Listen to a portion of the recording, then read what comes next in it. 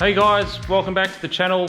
Thanks for following along. Really appreciate the support of everybody that's been making comments and checking out the videos. I've actually completed the Ranger F100 here.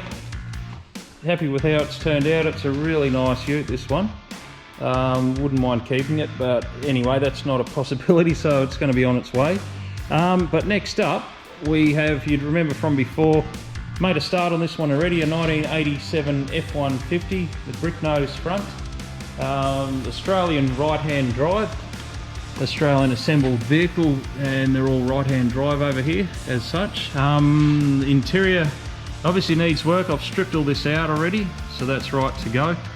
The bed on this is in very reasonable condition. Of bodyworks, filled in the gas filler cap here, one of the previous videos earlier in the year.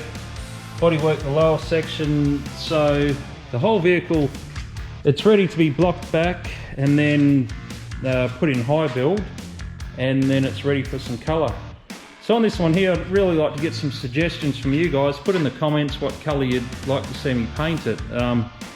Yeah, actually I've done a few of these now, so I'm open to even do suggestions from others to give me ideas that I wouldn't think of myself. So feel free to whack your thoughts in the comments there and we'll see how we go.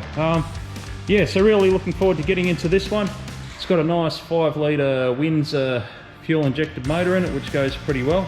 Just went and picked it up from it's been in storage up at the farm up there, so went up there today up to Gamelling. It was a really nice drive up there and nice drive coming back as well. Really enjoyed getting out of the city for a change.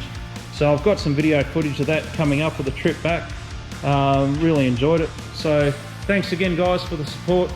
Keep your eyes peeled on update videos to come. Thank you, have a good one.